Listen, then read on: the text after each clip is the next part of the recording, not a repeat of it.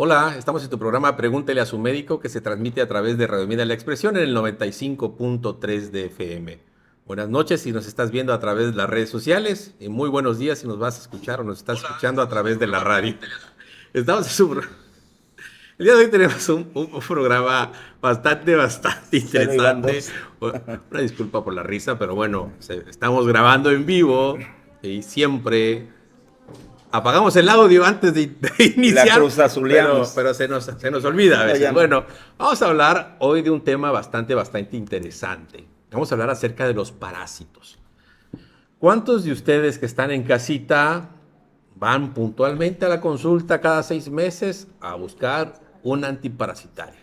¿Cuántos de ustedes, sus hijos llegan a casita con su botecito de antiparasitario cada determinado tiempo porque en la escuela se lo dieron y usted se lo da en ayuna con agüita de coco para que tenga un buen efecto? ¿Cada cuánto deberíamos desparasitarnos? ¿Alguno de ustedes se ha hecho un coproparasitoscópico? ¿Saben qué es un coproparasitoscópico? ¿Realmente los parásitos son muy malos o no son tan malos? ¿Sí son villanos o no lo son?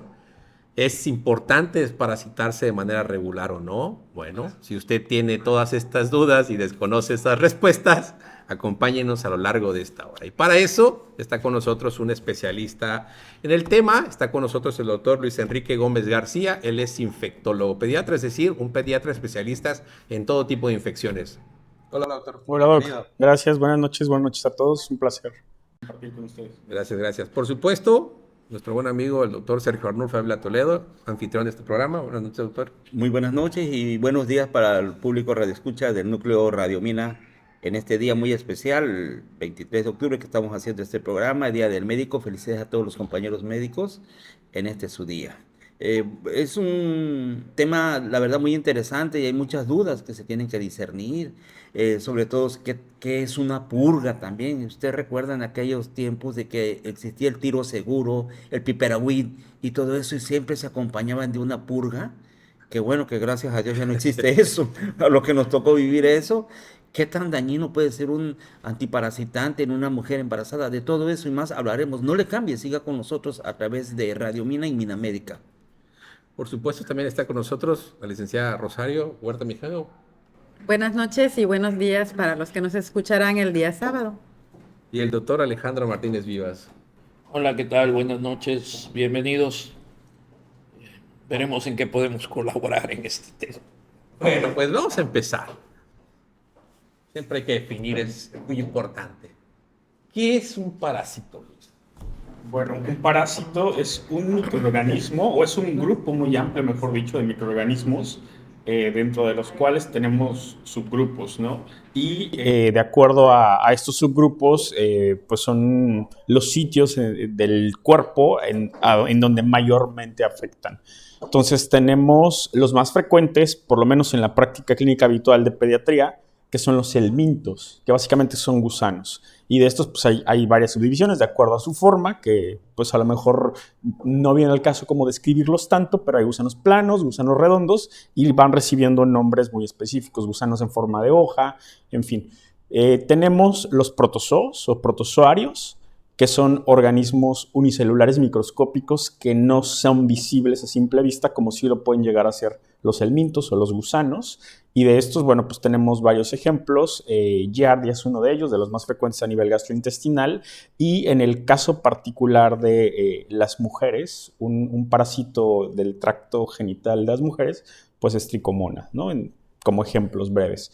Y tenemos otros parásitos que son también microscópicos y que son sanguíneos, ¿no? Y ahí entra, por ejemplo, la malaria, entran algunos parásitos transmitidos por vector, como Leishmania, como Trypanosoma cruzi, que causa enfermedad de Chagas, en fin, o sea, es un grupo muy amplio y muy diverso, y cada uno tiene como particularidad dentro de la naturaleza un ciclo de vida muy específico que se puede dar en el hospedero, es decir, en la persona que enferma y manifiesta los síntomas, pero también puede haber una parte de este ciclo en el ambiente, y eso es muy interesante porque nos lleva a estudiarlos como un todo. o sea, tanto en su ambiente natural como en el cuerpo humano.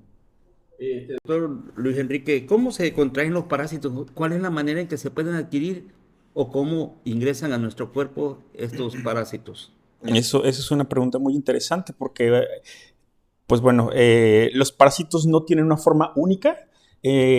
Digamos, en la consulta diaria, que los más habituales son los del tracto gastrointestinal, sobre todo en niños, la principal vía de transmisión es a través de alimentos contaminados, ya sea alimentos sólidos o líquidos, incluso la propia agua con la que se pueden incluso regar los alimentos, es una vía muy, muy habitual de transmisión. Entonces, sí, la vía digestiva definitivamente es de las principales, aunque también la contaminación por superficies, ¿no? Que nosotros en el ámbito médico le llamamos transmisión por fomites, puede ser también una vía, digamos, dentro de las tres primeras. Generalmente en las escuelas nosotros podemos encontrar que los niños tocan todo de todo y luego se llevan, a la hora del receso a lo mejor van a comer algo y sin lavarse las manos comen, se chupan las manos, se chupan los deditos, Claro, así también se pueden infectar. sí, definitivamente. Los niños, Sobre todo los niños pequeños, es decir, de preescolares y escolares de menores de 6 años, son muy curiosos, ¿no? Están en el piso, tocan todo, como bien dice usted, y entonces sí, definitivamente o sea, los objetos pueden estar contaminados por huevecillos de algunos parásitos intestinales y eso facilita su transmisión totalmente. Creo que es importante puntualizar que, hablando específicamente de parásitos del tracto digestivo, que son para los que nos consultan regularmente, se contamina, pero no se contamina por cualquier cosa. Es decir, la contaminación es generalmente fecal-oral.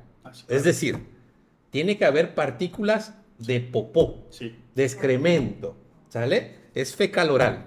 El hecho de que, supongamos, este mantel recién lavado, aquí está, todo bien, yo lo toco, me chupo las manos, pues no va a pasar nada. Pero, ¿qué pasa si yo voy al baño, ¿sí?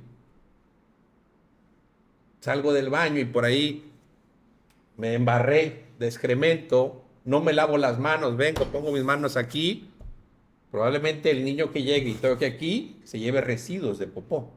Y entonces la transmisión sí viene, sí es, pues, ¿no? Entonces es fecal oral. No necesariamente si yo juego en un jardín o en la tierra, siempre va a haber residuos de popó. Esa es la parte que hay que puntualizar. Es fecal oral, tiene que haber residuos de popó. sí. Es importante porque las mamis luego estamos muy preocupadas porque nuestros bebés, nuestros niños pequeños, todo se llevan a la boca. Claro. Todo lo que agarran se llevan a la boca. Entonces, no porque todo se lleven a la boca van a infectarse de parásitos. Claro, y justo En este mismo contexto, en esta misma línea de pensamiento, hay que puntualizar que la incidencia o la frecuencia con la que estas enfermedades se presentan varía de acuerdo a las condiciones de saneamiento. O sea, qué tanto tengo acceso a agua potable, qué tanto tengo acceso a un WC en forma, o sea, no una letrina, sino un drenaje propiamente, y qué tanto existe o no el riesgo de que se contaminen mis aguas, o sea, el agua intubada corriente con la que lavo y preparo los alimentos, con el agua pues de desecho, ¿no? O sea, son estos factores los que van a hacer la diferencia entre mayor o menor riesgo de estas parasitosis y el fecalismo al ras del suelo, que es pues básicamente evacuar pues al aire. Si recuerdan, quienes llegamos a tener letrinas, ¿sí?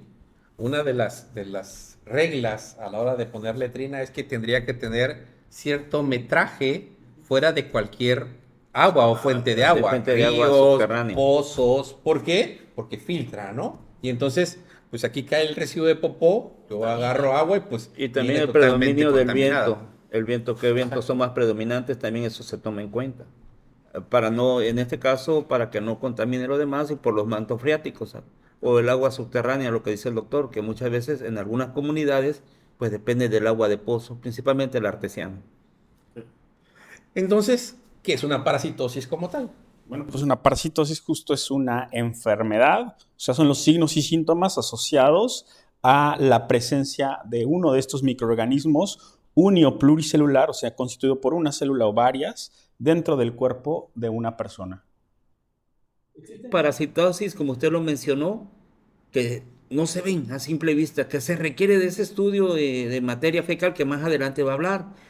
Y así como es lo mínimo, existe lo máximo. Hay parásitos que llegan a medir hasta metros y nos sorprendería de ver el número de metros que tiene dentro de nuestro intestino.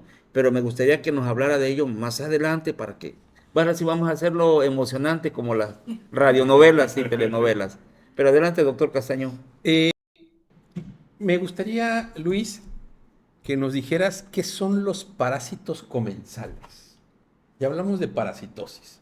Y entonces decimos que es la presencia de un parásito dentro del cuerpo. Ok. Y me gustaría saber qué son los parásitos comensales antes de que nos dijeras cuáles son los síntomas y signos que deberíamos esperar en un paciente que puede presentar parásitos. Claro. Bueno, parásitos comensales les llamamos a todos aquellos que, como otro grupo de microorganismos, habitan en nuestro cuerpo, pero no nos dañan, sino que están ahí quietos. Incluso algunos pueden participar en ciertos procesos en menor medida que las bacterias. Definitivamente las bacterias son nuestras mejores aliadas, las que no nos enferman, las comensales, por supuesto. Sin embargo, algunos parásitos también están ahí, pues, tranquilos, sin hacer nada. Hay un tipo de entamoeba, por ejemplo, entamoeba, exacto, coli dispar, que de pronto puede o no fungir como patógena, y ellos pues están ahí nada más sin dañarnos. O sea, tenemos que ser conscientes que ellos también habitan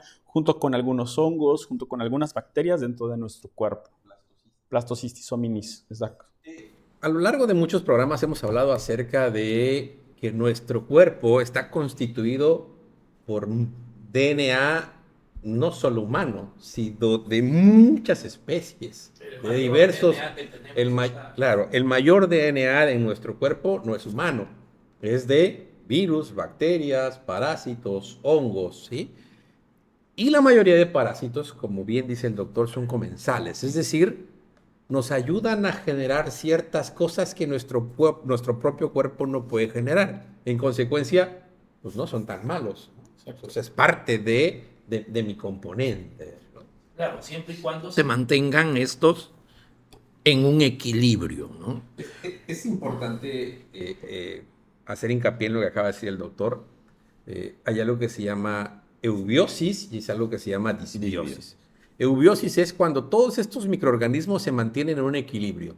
Vivimos todos como amiguitos y todos nos ayudamos. Y si eso sucede, yo estoy sano. Sano en todos los aspectos. Pero si hay una disbiosis, muchos de los microorganismos se pueden salir del control natural que tienen y pueden crecer más allá de lo normal y entonces me pueden desencadenar algunos problemas. Decíamos ahorita entamoeba coli, por ejemplo, Blastocystis hominis, por ejemplo, blastocistos. Solo si yo tengo diarrea crónica, Claro. entonces sí le doy, sí lo mato, ¿no? Sí le busco el tratamiento. Pero si yo no tengo ningún síntoma, significa que es mi aliado y no lo toco. De ahí la importancia de cuidar mucho qué tomamos y qué no tomamos y por qué lo tomamos o por qué no lo tomamos. La medicina es evolutiva y ha cambiado muchísimo. Desafortunadamente, seguimos teniendo muchos compañeros médicos que siguen revisando su libro una y otra vez y dicen que es correcto desparasitar porque el blastocistos causa diarrea, ¿no? Y entonces, y lo ven en su libro y están convencidos que es. Sí, solo que es un libro de 1970, ¿no? De 1980. Ese libro, en la actualidad, pues ya no es un buen libro, ya no tendríamos ni que leerlo, debería estar en colección. Pero desafortunadamente seguimos actuando con base en lo que yo creo que es correcto porque lo dice mi libro. Entonces, la medicina evoluciona y nosotros tenemos que aprender a reaprender. Y esto es muy importante porque me trae a la mente las reacciones febriles, ¿no? Cuando pedimos un coproscópico o un coproparasitoscópico y nos dan flora enteral, nos hablan de una amiba coli, blastocisto, ya, tienes parásitos, ¿verdad? ¿No? Y ahí va metronidazol. Y lo mismo cuando tienes unas reacciones febriles y dice positivo, o 1 a 80, 1 a 160, sí. Pero la paciente completamente asintomática, ¿verdad? Sin fiebre, no, tienes fiebre tifoidea. Entonces, este concepto realmente es muy importante porque a mí me ha tocado incluso, doctor, ¿y no me va a desparasitar antes de? Claro. Digo, ¿tienes algún problema? No, doctor. ¿Cómo estás tolerando? No, perfectamente bien. Pues entonces no lo necesitas, ¿sí? Pero romper esto, ¿no? Es que tú no, por ejemplo, yo en casa, ¿no? Es que tú no te desparasitas, ¿sí? Porque no los necesito. Cuando estoy sintomático, cuando detecto algún problema, pues entonces sí, obviamente, ¿no? Y ese es el concepto que queremos que se quede muy claro, ¿no? Tanto en los niños como en los adultos, ¿verdad? Todos tenemos parásitos, todos tenemos, y es normal, la gran mayoría, y viven en equilibrio, porque hay una pequeña cantidad de todo, hasta de salmonela, ¿cómo se llama? Que son microorganismos muy dañinos, anaerobios, son parte de una flora normal, ¿no? La anaerobiosis es parte de una flora normal en el intestino, pero cuando se reporta, en automático muchos dicen, hay un problema y hay que dar tratamiento. Entonces, va a depender de la sintomatología que tengamos, ¿verdad? Del diagnóstico que se pueda incluir, ¿verdad? Va a ser el manejo que le debemos de dar. No todo es antibióticos tampoco.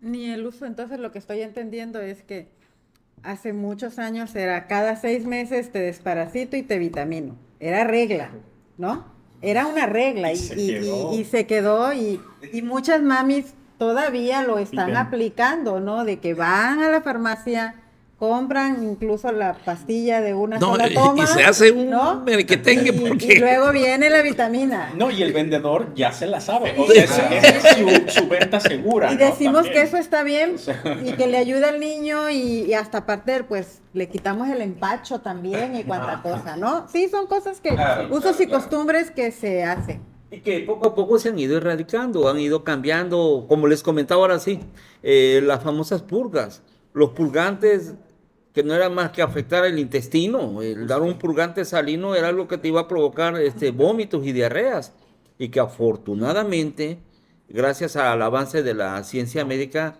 estos quedaron en desuso.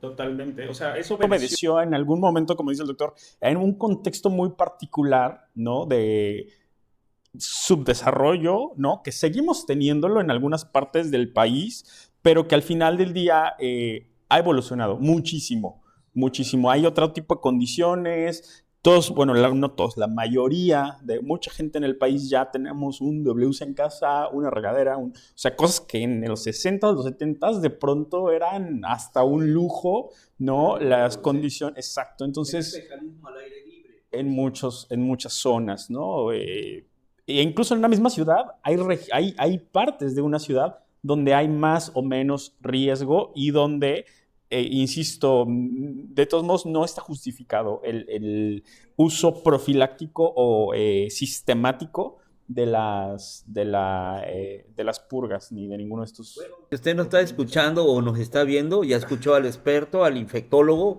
están prohibidas las purgas para los bebés antes de desparasitarlos. Si es que eso piensen, a mi abuelita. Eso no, a mi mamá me estaba matando con la purga.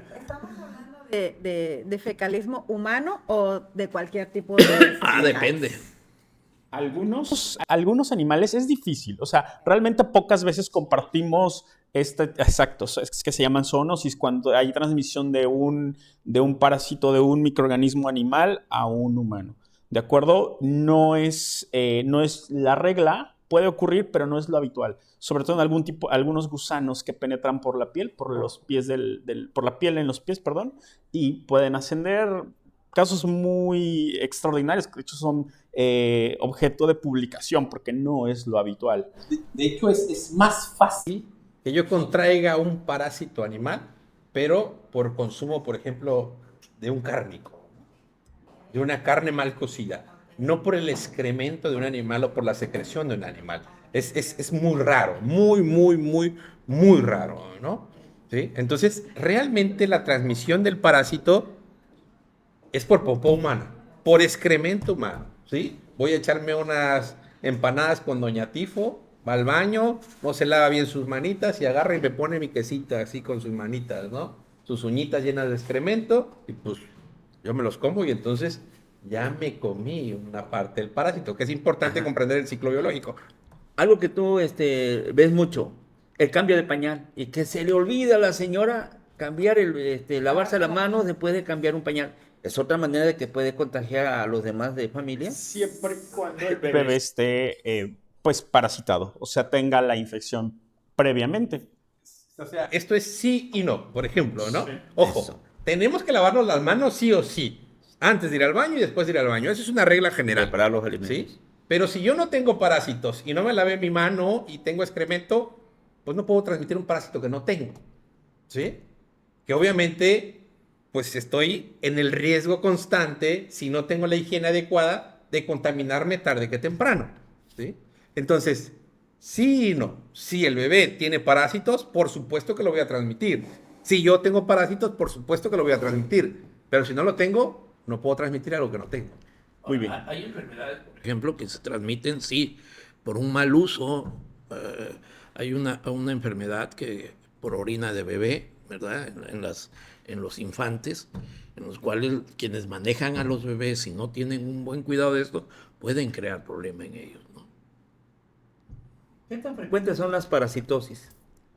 son muy Muy frecuentes.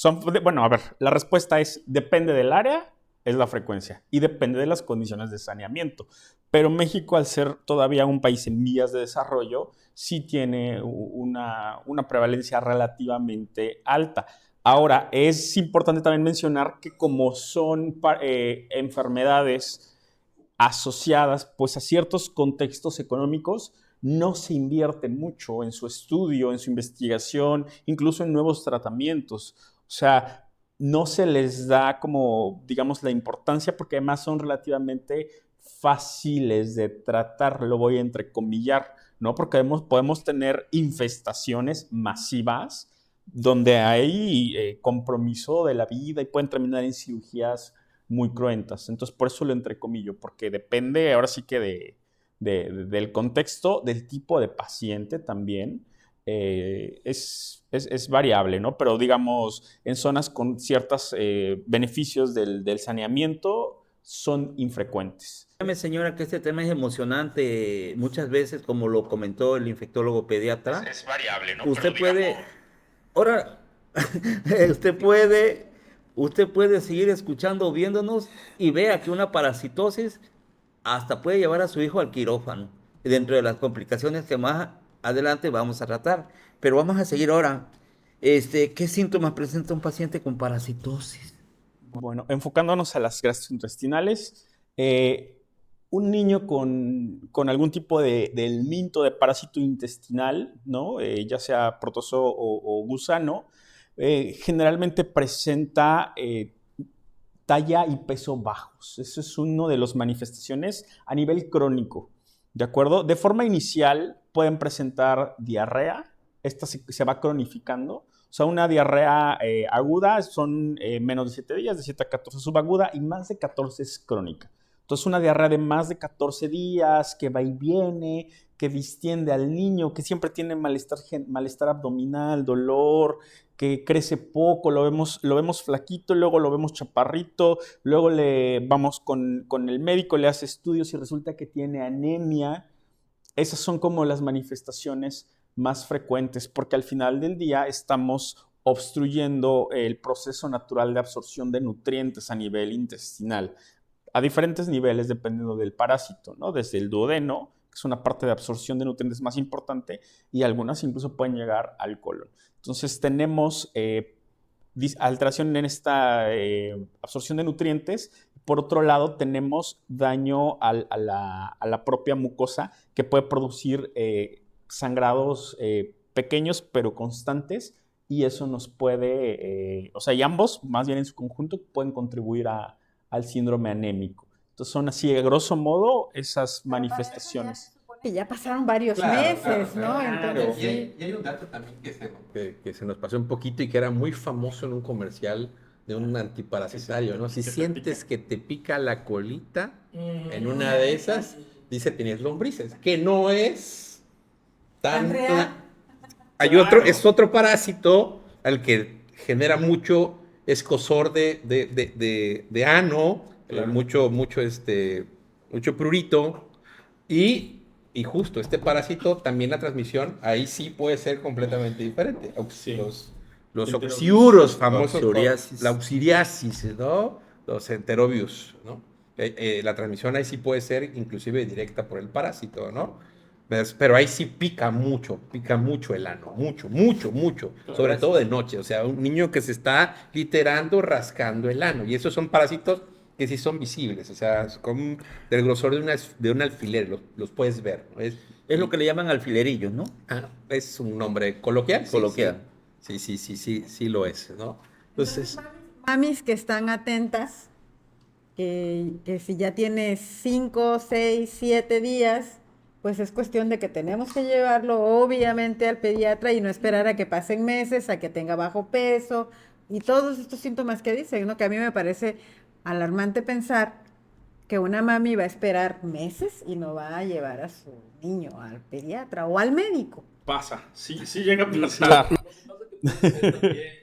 Leche, que la alimentación. O sea, irle buscando que no hasta está, dar. así es. Claro, es un Ok. sí, o sea, de La forma forma inicial es el malestar general. Los síntomas, la molestia, la diarrea, el dolor, los gases. Por ejemplo, de los parásitos más frecuentes, Giardia lamblia. Este es un parásito unicelular que va y se pega al duodeno, que es donde se absorben muchos nutrientes. Entonces, este parásito produce un hábito intestinal alternado de constipación con diarrea y mucha flatulencia. Las heces grasosas, así como caldo de res cuando se seca. Y esto es crónico. Y es, o sea, sí.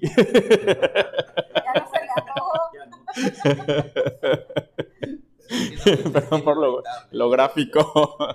Pero bueno, eso es importante mencionarlo porque muchas veces pasa desapercibido, ¿no? Y ya es como de, sí, mi chavito que se extraña cada 15 días, es normal y que tiene gases todo el tiempo. No es normal. O sea, no es normal vivir con gases, con dolor abdominal, con diarrea. O sea, no es normal.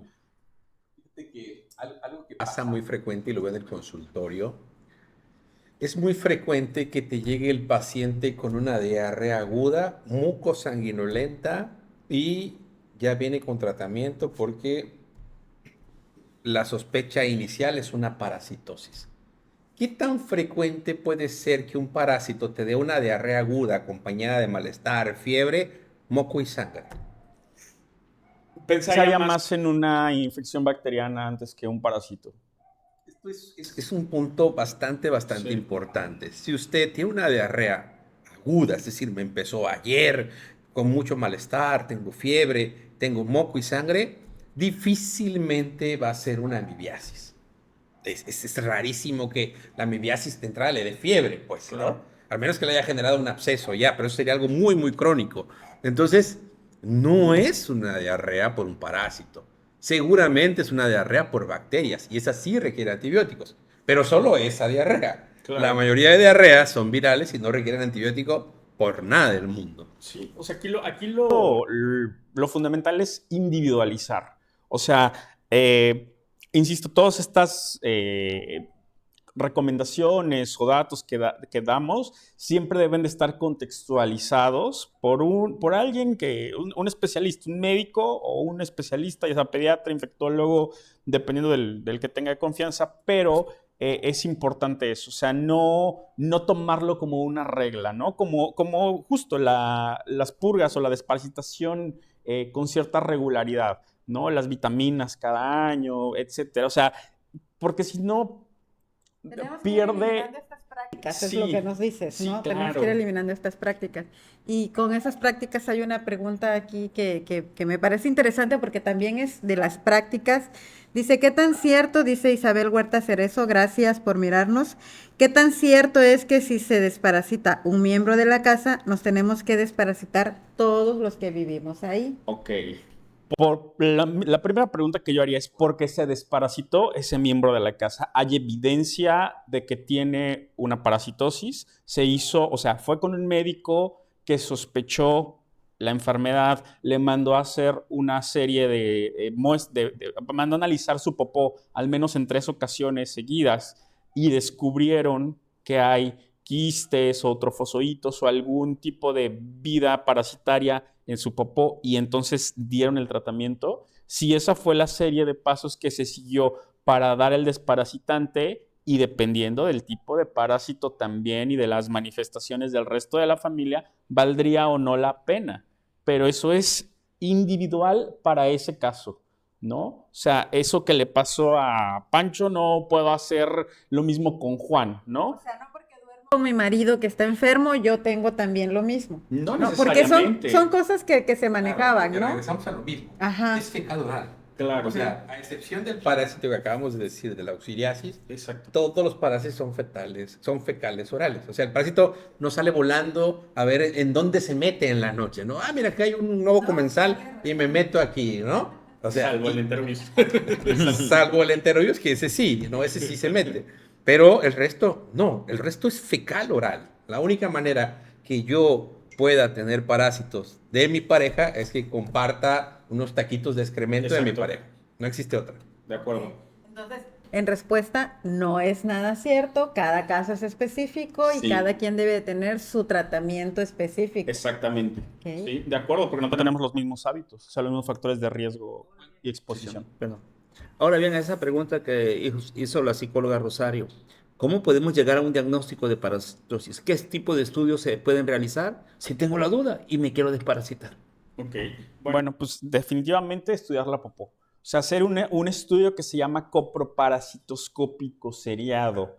Y aquí voy a hacer un paréntesis breve, así súper rápido en relación a la importancia de hacerlo seriado. No todos los parásitos sueltan sus huevecillos todos los días, digamos. No trabajan todos los días. A veces un día sí y un día no. Entonces, entonces es importante justo para maximizar el rendimiento de este estudio, buscarlo intencionadamente en diferentes días. Idealmente 3 días seguidos, ¿no? Miércoles, jueves y viernes, estudio de popó, la primera de la mañana idealmente, para que el especialista en laboratorio vaya, o sea, literalmente bata la popó y al microscopio busque evidencia de estos microorganismos. Lo ideal es que fueran hasta 8. Eso es en un mundo ideal, pero por tema de costo-beneficio y porque se hicieron estudios donde decían, bueno, con 3 abarcamos un rango amplio, ¿no? de vidas parasitarias que pueden salir positivas y con esto es suficiente. O sea, es como un número aceptable, pues, ¿no? Y es como el estándar que se quedó en la práctica clínica habitual, 3. Tiene que ser Por fuercita 3, para que un sea un diferente día. A ver, para que a mí me quede claro, ¿verdad? Si no tengo síntomas, no necesito ir a la farmacia a comprarme un desparasitante. No. Ok. Definitivamente no. Justo. Y así breve les voy a poner un contexto donde incluso puede ser bueno, hay 2, pero el primero es el más grave, ¿no? Y es un poco lo que hablábamos. Infestaciones masivas de parásitos, por ejemplo, ascaris, que son unos gusanos largos que parecen un cable. Cuando se mueren porque a alguien se le ocurrió que tenía que desparasitarse cada cierto tiempo, entonces le meten el albendazol, ¿no?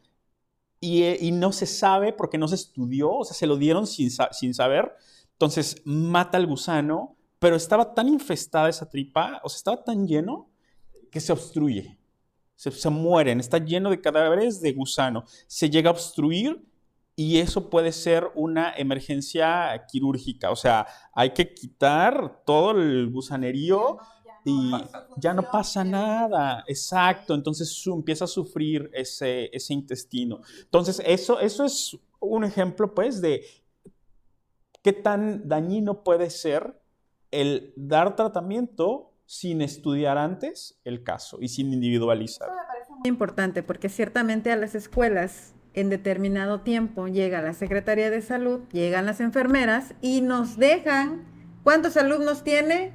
14 botellitas, e incluso nos pueden avisar un día antes que van a ir a dar el desparasitante. Para que vayan en Tenemos ayuno. que pedirle permiso a las madres para que los niños vayan en ayuno y se lo tomen ahí.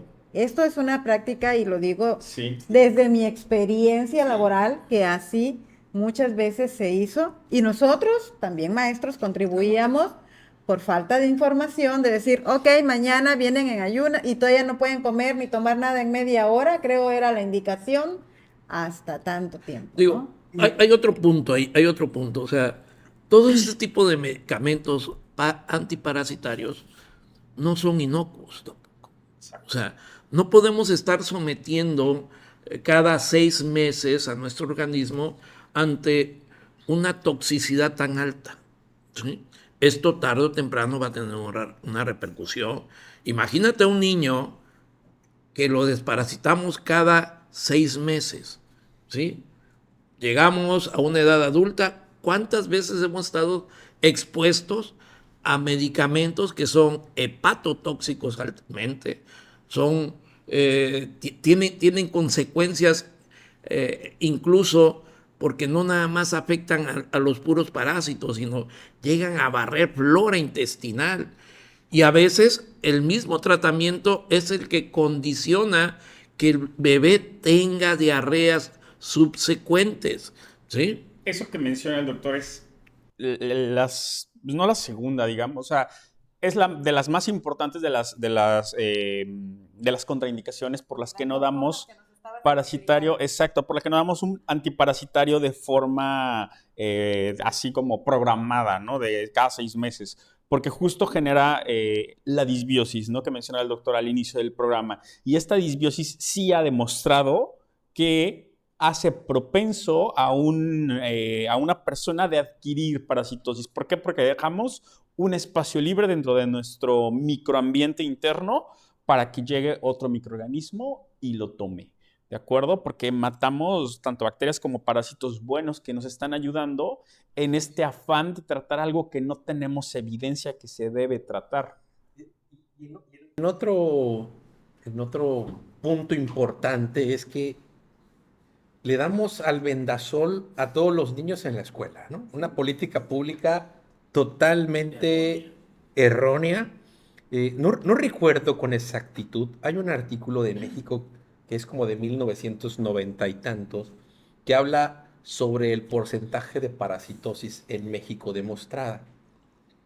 Y me parece que la estadística decía que era del 14-15%, una cosa así.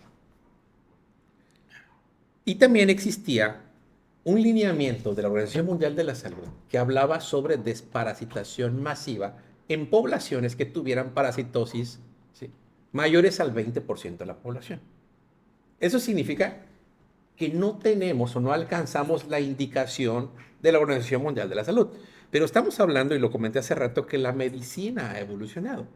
Inclusive, una revisión Cochrane de hace 12 años decía que dar para los parásitos, si no tengo parásitos, no generaba mayor riesgo ni beneficio. Estoy hablando de una revisión sistemática que es de los estudios que pueden tener mayor validez y decir que casi lo que dicen es cierto, ¿no? Ese estudio. Pero estoy hablando de hace 10, 12 años, 15 años. En la actualidad está sumamente demostrado todo el problema que me puede generar el dar un antiparasitario no indicado. Y eso lo vamos a ahondar un poquito ahorita cuando hablemos acerca de la microbiota y parásitos.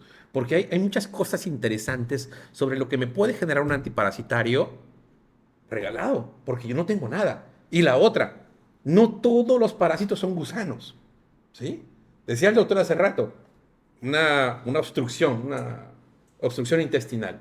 Pero, pues, imagínate la migración aberrante, ¿no? O sea, también hay otra de que le doy al parásito y el parásito corre como loco, todos a sálvese quien pueda, y empiezan a salir parásitos por la boca, por la nariz, por todos lados. O sea, Por el oído. eso es súper alarmante. Imagínate a una niña vomitando lombrices, ¿no? Sacando lombrices por la nariz. Se puede Y asfixiar. obviamente ahogándose porque ese parásito viene saliendo de ahí, ¿no? Pero, pues no todos son. A lo mejor el parásito más frecuente es la amiba, ¿no? Ujú. O sea, ya no son las lombrices, es la amiba. Y entonces yo le doy albendazol a un niño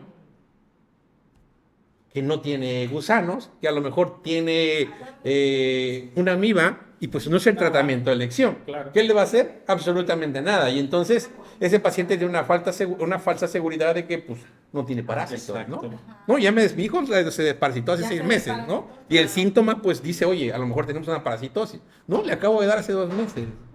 Y si no tenemos la pericia de preguntar qué le dieron, el médico puede dar por hecho que está protegido y que no es el dato, y no es el caso. Pero definitivamente el riesgo es impresionante en la actualidad de la modificación. Cada vez sabemos más de la microbiota y eso es súper apasionante. Muy bien, dentro de las complicaciones que mencionaba, pues ya lo dijeron nuestros compañeros del panel, puede haber una suboclusión intestinal que acaba en una cirugía llamada cirugía laparoscópica, en el cual se abre cierta porción del intestino, principalmente el delgado, donde está la obstrucción masiva. También puede subir o ascender a tráquea, puede ir incluso al apéndice secal y provocar una apendicitis, este tipo de vermes o parásitos. Y lo más común que a mí me tocaba ver es que antes los niños hacían popó en la calle, o en el patio de la casa, o en una basinica. Y mirabas al niño que salía corriendo cuando se le cargo, salía hecho la mocha corriendo con la lombriz en la Sí, colita. en la cola. Sí, en las comunidades rurales, cuando íbamos a las prácticas comunitarias en la Facultad de Medicina, era lo más común ver las lombrices. Ahorita ya el saneamiento ambiental ha mejorado el saneamiento y hay menos la proporción, como usted lo mencionaba, de parasitosis. Sí, la realidad es que había mucho porque, uno, teníamos drenajes a cielo abierto por todos lados. A pesar de que tenemos todavía ciertas descargas a los arroyos, la gran mayoría no son de drenaje, son de pluviales, ¿sí? Que la gente sea muy cochina y tire basura es otra cosa, que no tiene nada que ver con excremento, ¿no? Antes era frecuente que fueras por la calle y pisaras popó humana. Era frecuente la realidad. Estamos hablando de hace 20 años. Así es. Alguien le daba ganas y pues se iba y se echaba, ¿no? Y pues ahí la dejaba. Actualmente eso es extremadamente raro. Como bien dijo el doctor al principio, ya cual más tiene una taza de baño, ¿sí? Y en Ya- las comunidades una letrina. Sí, Así es. y también en las comunidades, o sea, la realidad es que ya casi todo el mundo tiene taza de baño, aunque sea una fosa séptica. Ya es raro encontrar una letrina como tal o gente que haga, pues a lo mejor el trabajador del campo que todavía se va a arrear las vacas y tiene el terreno muy amplio, pues no hay cómo regresar al baño, ¿no? Pues así se hace Al aire libre. al aire libre, pero ya no es tan habitual y menos en zonas urbanas, ¿sí? Regresando a la parte, porque yo pensaba que faltaban más preguntas, pero no, ya estamos con la microbiota. Hemos hablado infinidad de veces acerca de la microbiota. Y me gustaría, doctor, que nos puntualizara, ¿existe alguna relación directa de antiparasitarios con algunas otras enfermedades? O sea, si yo desparasito a alguien, ¿puedo desencadenar alguna otra enfermedad? Sí. Sí. O sea, por ejemplo, los dos antiparasitarios más usados sin regulación, digamos, son el albendazol y el metronidazol, de cajón. Entonces, particularmente con el metronidazol, sí puedo hacer más susceptible a mi intestino de colonizarse por ciertas bacterias y tener ciertos cuadros clínicos, ¿no? Colitis pseudomembranosa, en fin. O sea, si hay esta disbiosis, esta alteración en el equilibrio interno que nos hace propensos a infestarnos de otro tipo de microorganismos. Hay algo que es muy importante. Eh, las bacterias, los virus, los microorganismos que tenemos dentro de nuestro DNA, bueno, que están dentro de nuestro cuerpo, tienen muchísimos más años viviendo que nosotros, que el ser humano, ¿sí? Muchísimos, muchísimos. Es innegable que han evolucionado y han buscado la manera de sobrevivir, de asociarse, ¿sí? El hecho de que estén en nuestro cuerpo, todavía no alcanzamos a comprenderlo. Hicimos un estudio muy grande hace algunos años sobre el desdoblamiento del genoma humano. La sorpresa fue que encontramos mucho material genético no humano dentro del cuerpo. Y después empezó el estudio del microbioma humano, el estudio del viroma humano, y así consecutivamente hemos ido avanzando. Faltan hongos y parásitos, ¿sí? Porque inclusive encontramos que dentro de nuestro cuerpo había bacterias que tenían virus, que estaban infectados por un virus, ¿no? O sea, es decir, adentro de mi cuerpo había una bacteria y esa bacteria estaba enferma por un virus. Entonces, no sabemos prácticamente, estamos en pañales. Entonces, hemos ido aprendiendo mucho. Entonces, en la actualidad se cree o se sabe que, por ejemplo, algunos helmintos, algunos gusanos, ¿sí?, aprendieron a vivir dentro de nuestro cuerpo. Y para aprender a vivir dentro de nuestro cuerpo, tenían que engañar a nuestro sistema inmunológico, ¿sí? Y entonces generaban algunas sustancias que engañaban a mi sistema inmunológico y no lo detectaban, ¿sí? Bueno, hay algunas teorías y hay algunos casos en la actualidad y algunas investigaciones en proceso donde después de empezar a desparasitar masivamente, se empezaron a incrementar enfermedades alérgicas y enfermedades reumatológicas, ¿sí?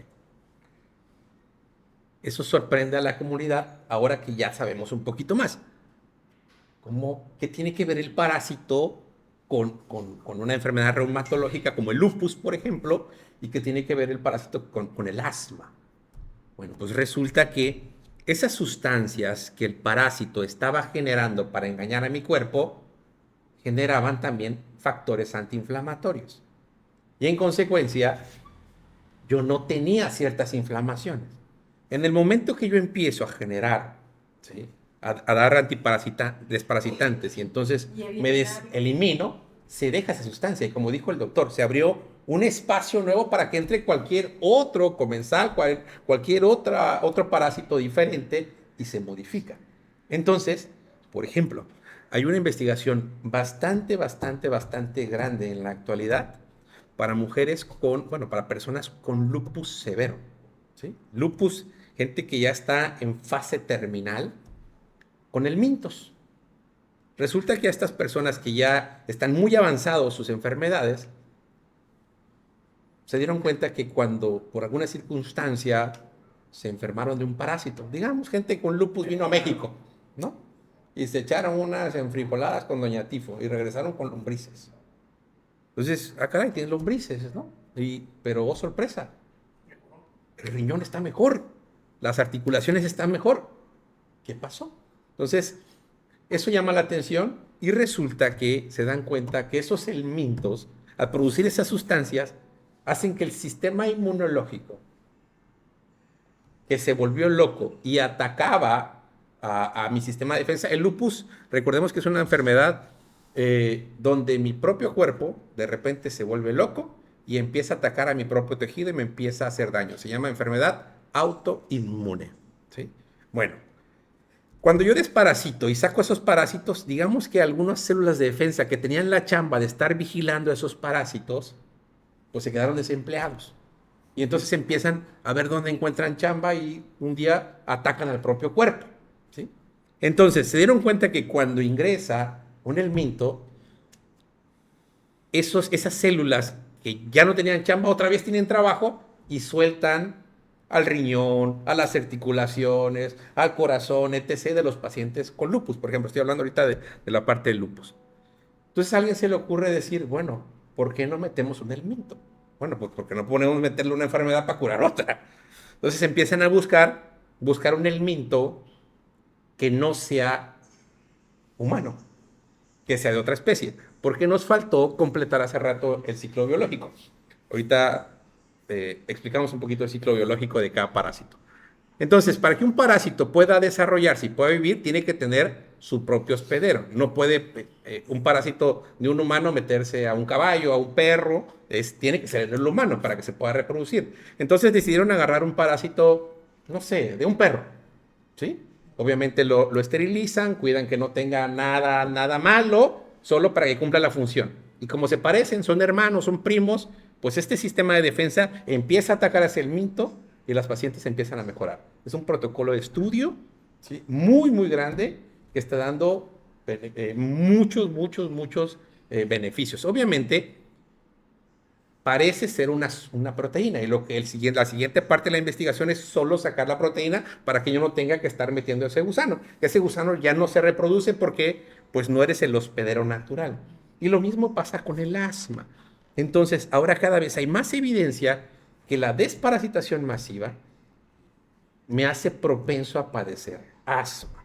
Recordemos que hay dos teorías que hemos platicado a lo largo de muchos programas. La teoría de la esterilidad, ¿sí? Y el efecto granja. La teoría de la esterilidad dice que si yo a mi bebé le desinfecto las manos 24/7, los juguetes, no dejo que juegue tierra, no dejo que ande en el pasto, no dejo que toque animales, no dejo que nadie lo cargue, le esterilizo todo lo que puedo. Lo meto en una burbuja, lo baño con agua de garrafón, ¿sí? Sí. No se debe bañar con agua de garrafón, eso es frecuente. Los niños se bañan con agua corriente. Lo baño con agua de garrafón, lo meto en una burbuja. Bueno, ese niño tiene grandes probabilidades de padecer todas las alergias habidas y por haber. Caso contrario, efecto granja. Yo tengo un niño que hay en una granja. Pollos, tierra, caballos, polen, zacate, árboles, etc. Si yo a un niño lo expongo a edades cada vez más tempranas a estos alergenos, menos probabilidad de ser enfermizo y de ser alérgico. ¿Sí? Entonces, se dice que el efecto burbuja ese de la teoría de la esterilidad tiene que ver mucho con la desparasitación. Entonces estoy haciendo como el mismo efecto de haber metido a un hijo en una burbuja con las desparasitaciones masivas, innecesarias. Ojo, se individualizan los casos. Si tiene un parásito dañino y maligno, pues se le da tratamiento, ¿no? Si es una amiba... Si no hay síntomas, no hay necesidad de desparasitar. Si no hay síntomas. Síntomas, sí, de acuerdo. O sea, o signos, porque también, insisto, el talla baja y tal, o sea, es un todo, es un todo, no siempre es tan evidente. Regresamos un poquito al ciclo biológico, porque es importante que sepamos cómo se cumple el ciclo biológico.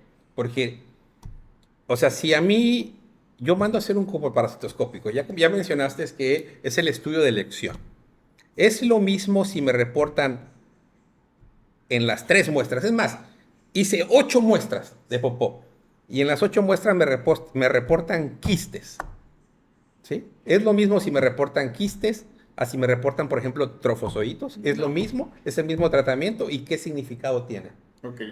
En este caso particular que estamos hablando de entamueba histolítica, que es la que causa de amibas, el trofozoito es la forma infectiva, o sea, la forma en la que el parásito vive en el tejido y causa la enfermedad y causa los síntomas, ¿de acuerdo? Y el trofozoito es, digamos, la forma en la, y el quiste es la forma en la que está en el ambiente y la que me puede infectar, es la forma infectiva. Son 2 formas del mismo parásito, una fuera del cuerpo y una dentro del cuerpo. ¿De acuerdo? Entonces, lo que yo necesito ver son trofozoitos en el estudio. Es la forma que está saliendo, que está parasitando mis tejidos y que en algún momento va a salir junto con la materia fecal. ¿De acuerdo? Porque quistes puede haber en cualquier sitio, incluso en el propio laboratorio seguro hay muchos quistes que pueden contaminar una muestra. Pero si yo veo la forma que me enferma, el trofozoito, en una muestra con un eritrocito, con un glóbulo rojo, ¿no? Ahí cerca de él, eso es ya muy indicativo de que sí efectivamente es el causante de mis síntomas, de la diarrea con sangre, dolor, todos los síntomas de una amibiasis. Les explico a los papás que la panza es como si fuera un huerto. Tengo tomates, tengo lechuga, tengo chile y los parásitos son como pollos. ¿Qué pasa si tengo una gallina ahí?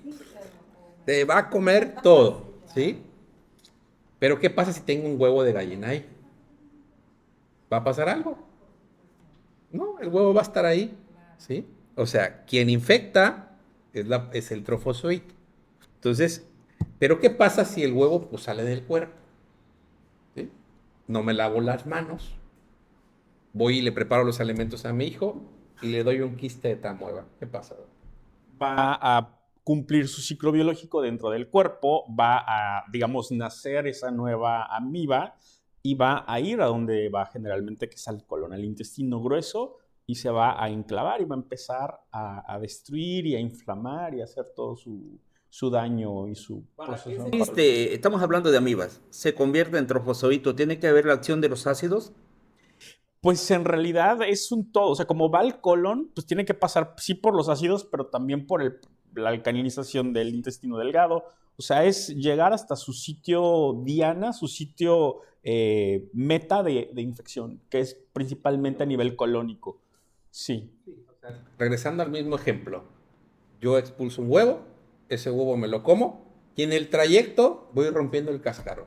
Y va a llegar a mi panza otra vez, bueno, a mi intestino, el pollo otra vez a estar molestando mi huerto, ¿no? Y es importante porque los tratamientos no son iguales, ¿sí? El tratamiento para trofozoito y para quiste, ¿cuál sería la diferencia, doctor?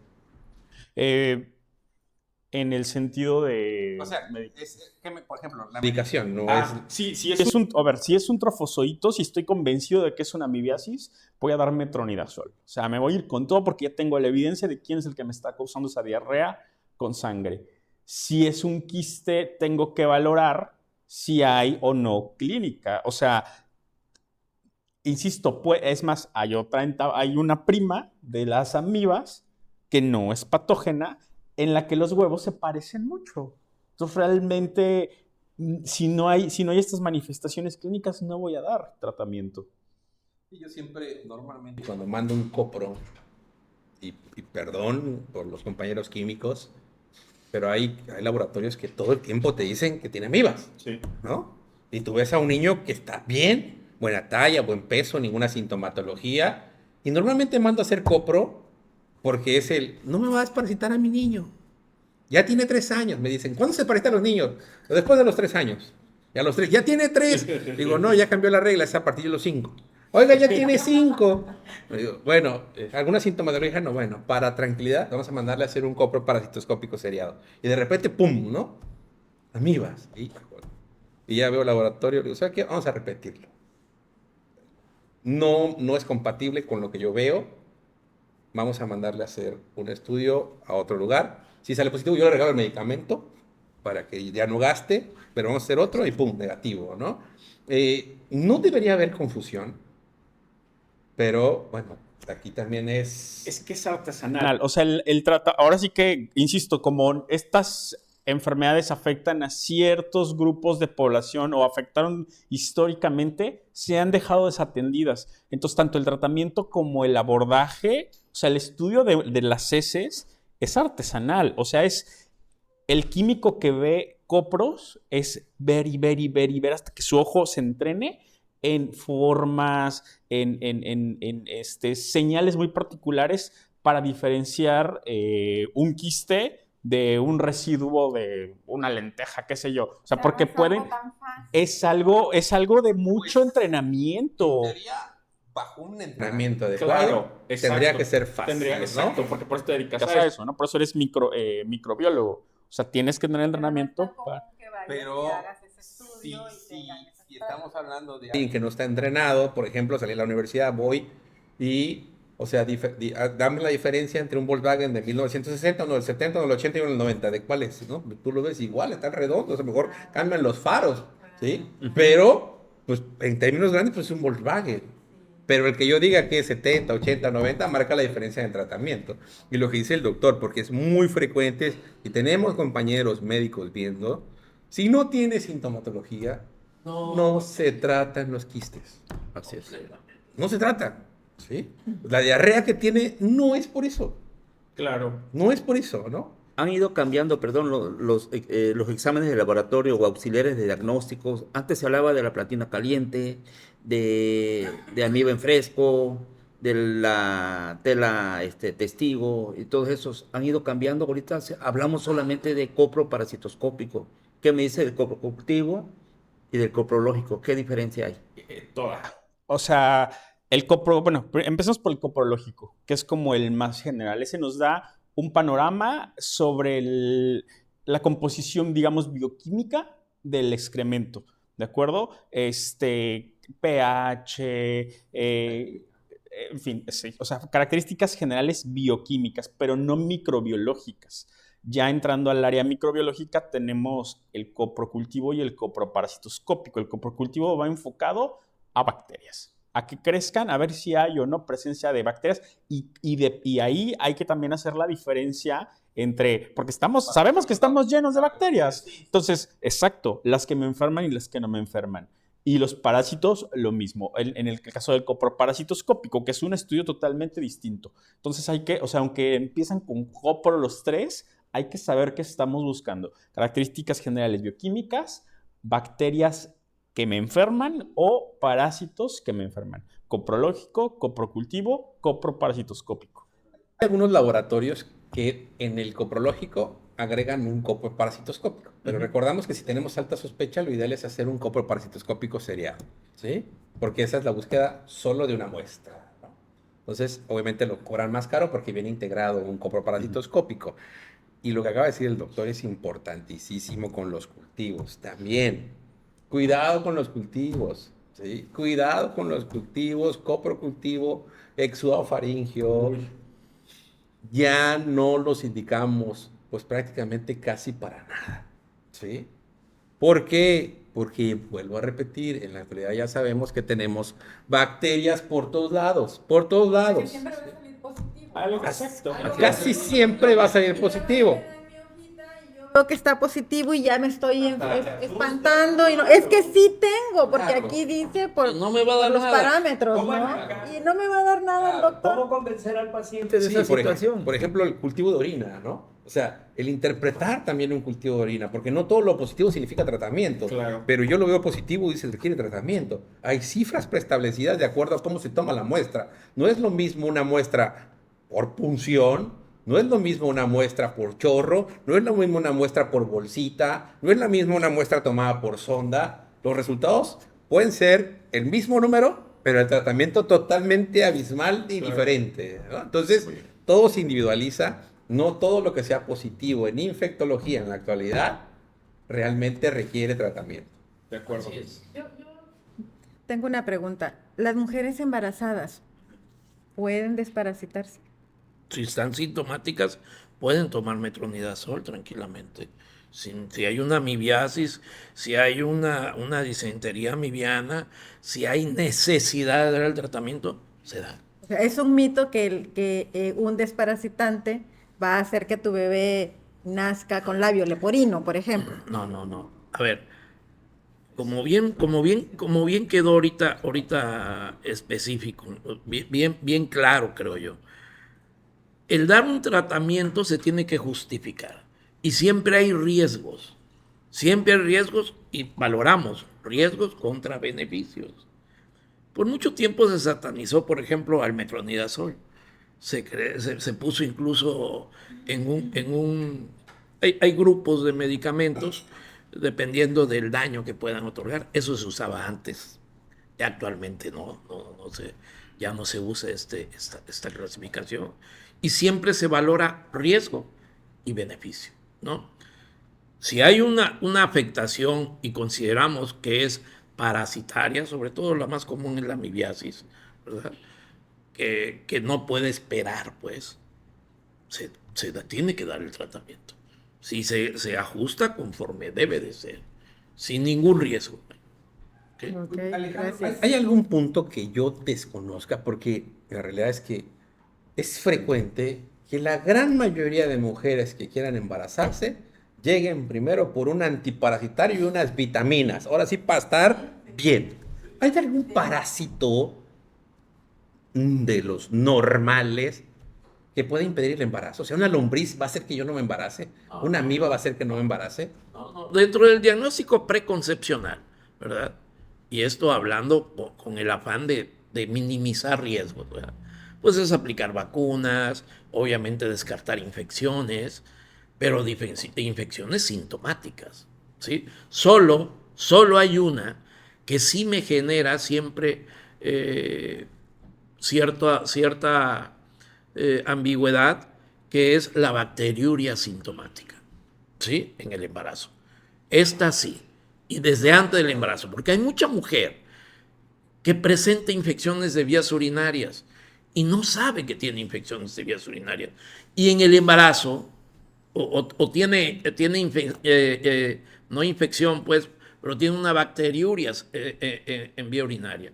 Y en el embarazo, en base a los cambios propios que generan las hormonas, como es una motilidad bastante, un vaciamiento limitado, ya no hay mayor reservorio, hay distorsión de ese útero, de esa vejiga, compresión de ciertos conductos, como son los ureteros, pues obviamente esto va a generar más riesgos de infecciones y va a generar que sí pueda estar algo ahí persistentemente. Cuando esto lo detectamos antes del embarazo, cuidado, porque en el embarazo muy seguramente va a ser algo que va a ser repetitivo y nos vamos a estar enfrentando a él. Mejor erradicarlo desde antes y estudiarlo antes, ¿no? Pero es lo único, realmente, y eso habló de infección de vías urinarias, no de parásitos en vías urinarias, ¿no? No hay un parásito como tal que me impida un embarazo, no hay. Es frecuente también en pediatría, en la lactancia. Doctor, ¿me puedes parasitar? Pues sí, sí puede, son compatibles con la lactancia, pero ¿por qué se quiere parasitar? Y ahí viene el speech, ¿no? No, pues por eso. A ver, señora, ¿come usted popó humana? Siempre les digo, ¿no? Y no es que esté en contra de los antiparasitarios, ni esté en contra de los antibióticos, ni esté en contra de los antimicóticos, ni esté en contra de los antivirales. Los utilizo cuando tengo que utilizarlos, cuando se deben utilizar. Y si requiere el medicamento 50 piquetes, pues 50 piquetes le daré. Si requiere 10 días de antiparasitario, pues 10 días le daremos, ¿no? Pero no es para todos. Ya tenemos que borrar este conocimiento, reaprender de que yo me tengo que desparasitar cada 6 meses. No, no es así. Ya no es así. Ya no. Si tengo muchas dudas, voy y me hago un coproparasitoscópico, ¿no? Y me dice, bueno, ¿y usted no se desparasita? No. ¿Desde cuándo? Tengo 14 años. Ay, perdón, y breve, o sea, me encanta cómo dentro de las medidas de salud pública, las que son, digamos, las que llegaron por medios audiovisuales, porque así fue una campaña masiva y entonces todos cantábamos la canción y entonces se inoculó también esa campaña que ahorita insistimos todos está en desuso, pero nadie pregunta por las vacunas. Nadie llega preguntando, ya es temporada de influenza, ¿verdad? Ya me toca mi vacuna.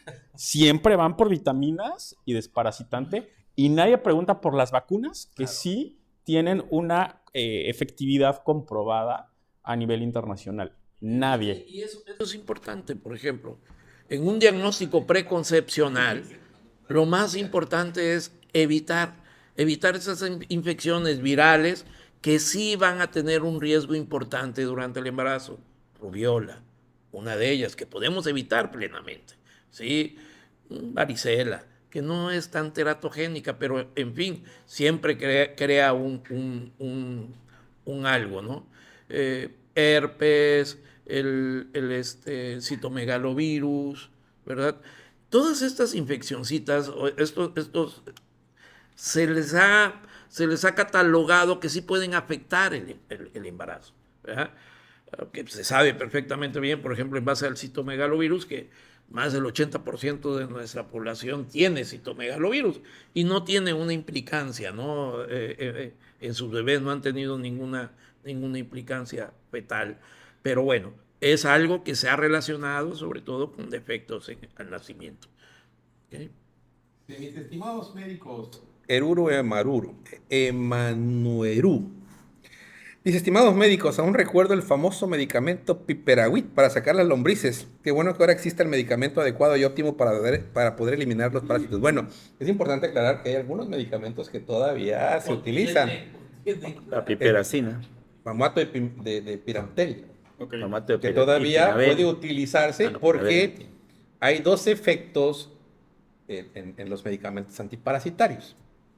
Uno, ataca el sistema nervioso central del parásito. Del parásito. Y otro, haga de cuenta que les quita la comida, ¿no? Pues, ¿qué hace el parásito que no tiene comida? Les va a buscar comida y es cuando migran y salen. Y el otro, pues, mata al parásito y se queda. Y es cuando, decía el doctor, se queda la plasta ahí, pues ya no avanza el intestino, ¿no? Entonces, todavía hay algunos medicamentos que sí suelen utilizarse. Ahora tenemos unas bombas que llegan y te las ofrecen que matamos todo, ¿no? Sí, y generamos Lo una bueno y lo malo. una enfermedad acidopéptica, pues bárbara, ¿no? Y un barrido importantísimo de esta microbiota que tanto hemos hablado. Entonces, ¿cuándo desparasitar? Cuando hay evidencia, cuando hay un ejercicio clínico, ¿no? Signos y síntomas, se consulta con un médico, ese médico hace el abordaje adecuado, los estudios idóneos y se demuestra que hay un parásito en el sitio donde tenemos los síntomas. Coproparasitoscópico seriado, 2 positivos, paciente asintomático. Te llega con, mire doctor, traigo esto porque me hice estos estudios y porque yo quería saber si tengo parásitos y tengo esto. El paciente totalmente asintomático. ¿Cuál sería el? Depende de qué tipo de parásito. O sea, por ejemplo, insisto, Giardia, que es así una de las grandes estrellas, tengo que valorar si hay talla y peso bajo, porque a lo mejor está sintomático, pero pues la talla y el peso es un ejercicio que el médico debe de graficar, ¿no? Y valorar. Si todo eso está negativo, no lo trato. Aunque tenga 2 positivos y 1 Sí. negativo. Sí. Es que los laboratorios también se equivocan. Esa es la realidad. O sea, el cuerpo del paciente es el que nos habla, es el que nos dice hacia dónde va y qué decisión voy a tomar. Es importante recalcar muchísimo. A veces la gente piensa que lo hacemos por dinero y que queremos 2 consultas en lugar de una. Es decir, entonces yo adelanto y mejor llego con los estudios para que no me los pida el doctor y mato 2 pájaros de un tiro. Ya no me hace venir otra vez por un estudio. No tratamos resultados de laboratorio, tratamos pacientes y tratamos la sintomatología del paciente. Entonces, yo voy a pedir estudios con base en lo que veo de mi paciente. Desafortunadamente tenemos muchos compañeros que toman estudios para ver qué encuentran. Te vas a meter en problemas cada vez que hagas eso. Eso es real. ¿Sí? Porque no es que encuentro, voy a buscar lo que intencionadamente estoy buscando. Habrá sus excepciones, fiebre de origen desconocido. Ahí sí le busco a ver qué encuentro, ¿no? Porque hay algo que es inexplicable.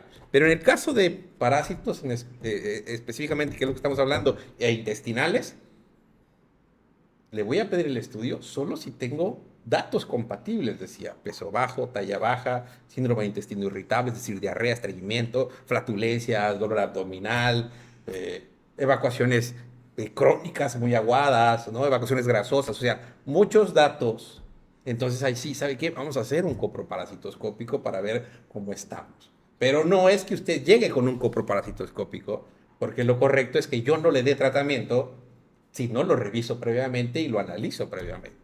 Claro, igual ni le pido nada, ¿no? Exactamente. Última pregunta. Hablando de las complicaciones, se me vino en mente. Antes, como por ahí comentaron, estaba el Piperawit. En los tiempos del Minatitlán de ayer, estaba el centro de salud aquí donde están las oficinas del DIF. Me comentaba un abuelo que hacían hasta filas enormes y ya ibas con tu media naranja. Que no solo el Piperawit te daban otro que se llamaba tiro seguro y con tu purgante. Ok. Sí. Esa era una clásica manera de desparasitar a la población en aquel entonces, en que pues las medidas sanitarias eran deficientes y la parasitosis eran abundantes.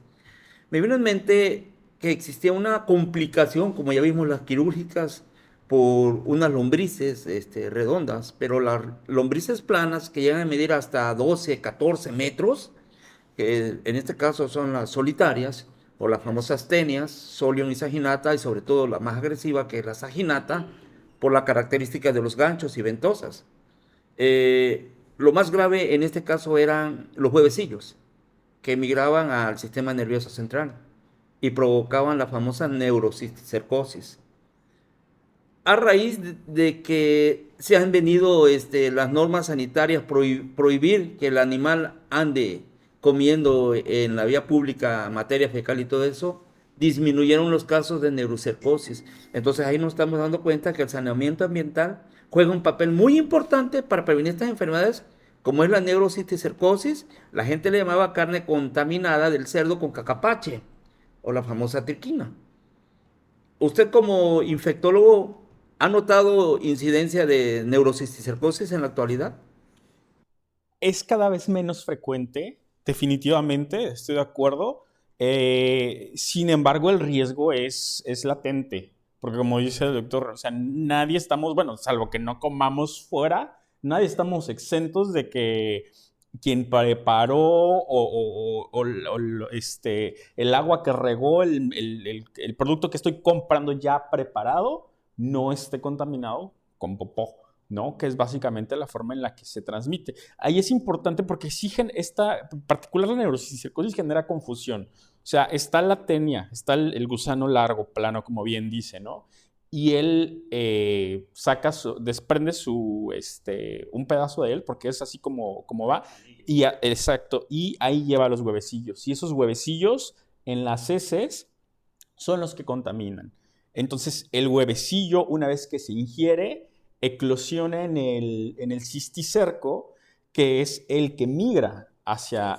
entonces, es por contaminación de los huevecillos. Los cisticercos enquistados ya en la carne, que incluso lo venden como granillo en el norte, le dicen, y que algunas personas lo consumen voluntariamente, pues no deja de ser una experiencia solamente aversiva a la vista, pero no produce ya la enfermedad, porque es la larva del parásito muerta y ya evolucionó a esa forma, ¿de acuerdo? Entonces, el riesgo es cuando el huevo eclosiona dentro de mí, cuando puedo tener neurocisticercosis, y eso cada vez es menos frecuente justamente por todas las medidas que se han ido implementando pues con más frecuencia y se han extendido a toda la población. Afortunadamente, ¿no? La neurocisticercosis, para la gente que nos está viendo, pues eran parásitos que se instauraban en tu cerebro, pero no uno, un montón, o sea, cientos, ¿no?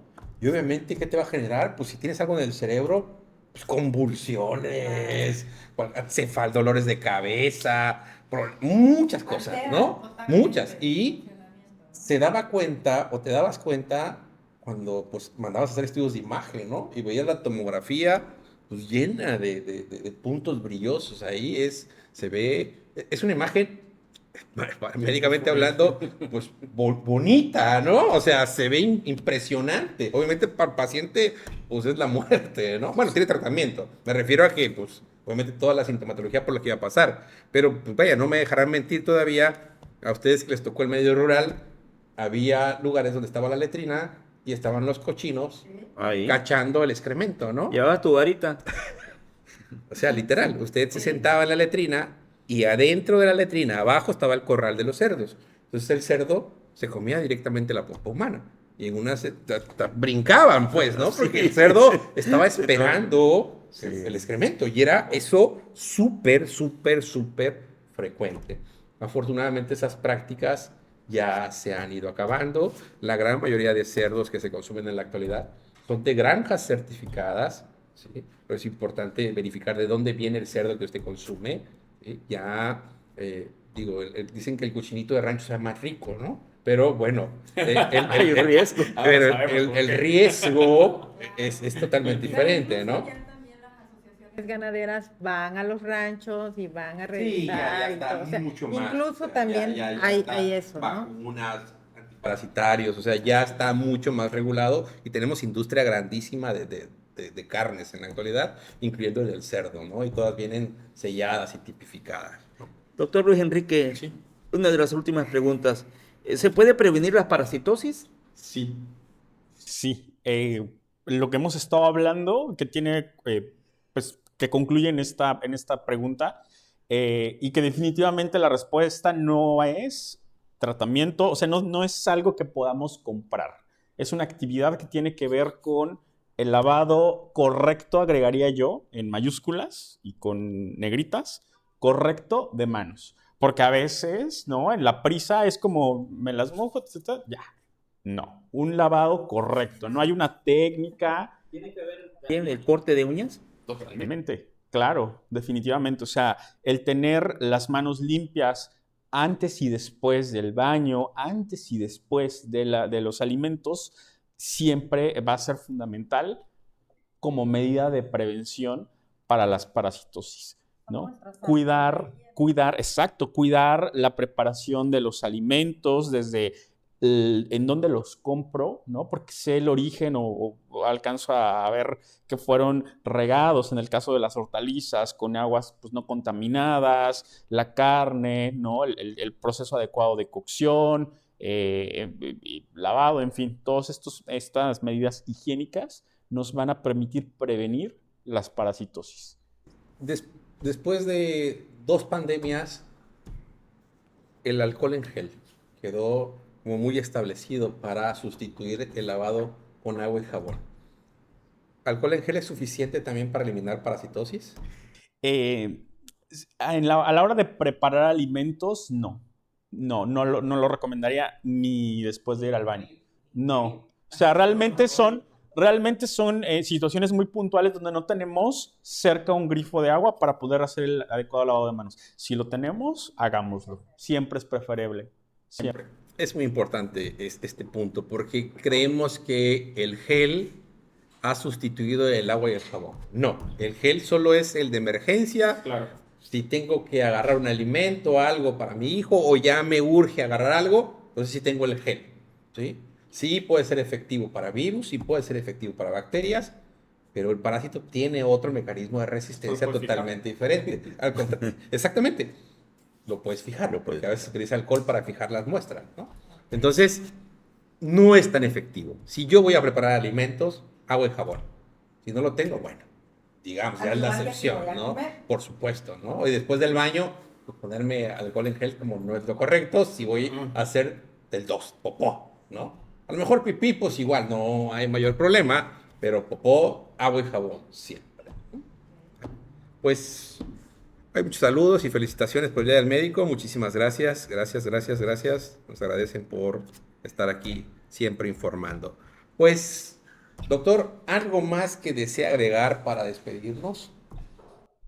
Pues yo insistiría un poco en mirar a lo que sí hay evidencia que funciona para prevenir las enfermedades infecciosas, en este caso la vacunación, e insisto, dejar ya de lado estas ideas que tanto a nivel masivo se nos metieron, ¿no? en relación al medicamento. Siempre va a ser más fácil o más práctico tomarme algo y se acabó, que hacer algo que me implique un hábito, ¿no? Entonces vamos cambiando esa mentalidad y vamos evolucionando hacia prácticas pues, más sanas y actuales. Gracias, doctor. Rosario, ¿algo que desees agregar para despedirnos? Pues así como en terapia decimos que el cuerpo habla, hacer caso también a las recomendaciones que aquí nos están dando, si no tenemos síntomas así tan críticos, lo que yo estoy entendiendo, ¿verdad? Y además pues ir al doctor, dejar de esta mala práctica de cada 6 meses tengo que desparasitarme y vitaminarme, nada más porque es una costumbre, ¿no? Entonces ir al médico es importante. Después de esta plática, ¿qué harás cuando llegue la Secretaría de Salud y te diga, aquí están los botes de albendazol? No, pues yo creo que ya ni siquiera los voy a recibir cuando vayan así, porque digo, no es necesario ponerme yo a explicarle todas estas cosas que seguramente ya saben, pero generalmente a nosotros nos dicen a qué van, sí, entonces pues sí sería recomendable desde mi práctica docente decir pues no es necesario, ¿no? Es importante. Obviamente es importante. De verdad, yo lo que aprendo aquí hago mucho hincapié en ponerlo en práctica, porque si no, no sería congruencia, ¿no? Entonces, ya no los voy a recibir. Perdón. Doctor Alejandro, ¿algo para despedirnos? No, romper paradigmas, ¿no? Romper todas estas creencias que con las que hemos crecido y ha sido parte de nuestra cultura, malamente empleada, obviamente, pero no es necesario si no tenemos un síntoma, no hay sintomatología, no es rutina, no es como caminar, ¿sí? También tiene sus riesgos los medicamentos. Entonces no es el estar desde los 2 o 3 años desparasitando al niño o al ser humano cada 6 meses, ¿no? No es necesario, mejor consulten a su médico, tampoco es necesario antes del embarazo si no tienes, y sí puede ser contraproducente, porque dar un bombazo de estos, pues obviamente matas lo bueno, y lo quizás que no estaba medio mal, también lo matas, pero matas mucho bueno. Entonces eso te deja desprotegida en muchos aspectos. Gracias. Muchísimas gracias a todos ustedes que nos están viendo, a todos los que nos van a escuchar o nos están escuchando. Agradecemos mucho que compartan esta información para que llegue a muchísima más población. Recordamos que el doctor Luis se encuentra en las instalaciones de Miramédica. Los teléfonos por ahí aparecerán en pantalla o aparecen siempre en pantalla. Cualquier cosa que tenga que ver con infecciones, dudas de vacunas, el doctor es el médico adecuado para eso.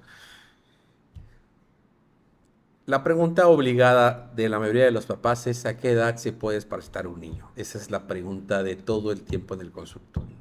¿Cuándo? Cuando lo necesite. Eso puede ser antes del año, a los 10 años, a los 15 años o nunca. Va a depender de qué necesite mi cuerpo, ¿sí? Yo no voy por la vida pidiendo una pastilla para el azúcar porque creo que puedo tener azúcar. No voy por la vida pidiendo una pastilla para la hipertensión porque creo que tengo hipertensión. No, ahí no quiero saber que tengo hipertensión, ahí no quiero saber que tengo diabetes. Lo mismo es con los parásitos. Yo tengo que saber si los tengo para poder tomar un tratamiento y un tratamiento adecuado. No todos los antiparasitarios son iguales porque no todos los parásitos son iguales. Tenemos antiparasitarios más agresivos y menos agresivos. Y a lo mejor si es necesario alguno, a lo mejor requiere de un antiparasitario muy sencillo, ¿sale? Entonces la invitación es para que acudan con los profesionales de la salud y como siempre les digo, si su médico les receta o les pide una reacción febril a la primera de golpes o le da un antiparasitario porque ya es el 6º mes y tiene que tomar vitaminas, corra de ahí y cuénteselo a quien más confianza le tenga. La próxima semana nos estaremos hablando acerca de la obesidad con la doctora Gwendolyn, una endocrinóloga que viene de Ciudad de México. Adelante, doctor. Gracias, doctor. A nombre de la licenciada María Elisa Bravo Ortiz, directora general del Núcleo Radio Mina, en su programa Pregúntele a su médico, y al doctor Fernando Castañón Leo, productor de Minamédica, en común acuerdo llevamos este programa para usted allá en la intimidad de su hogar, donde quiera que se encuentre.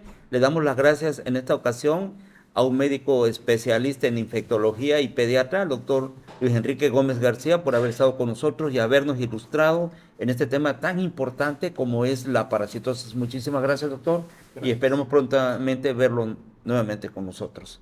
Muchas gracias, hasta la próxima, sean felices. Gracias.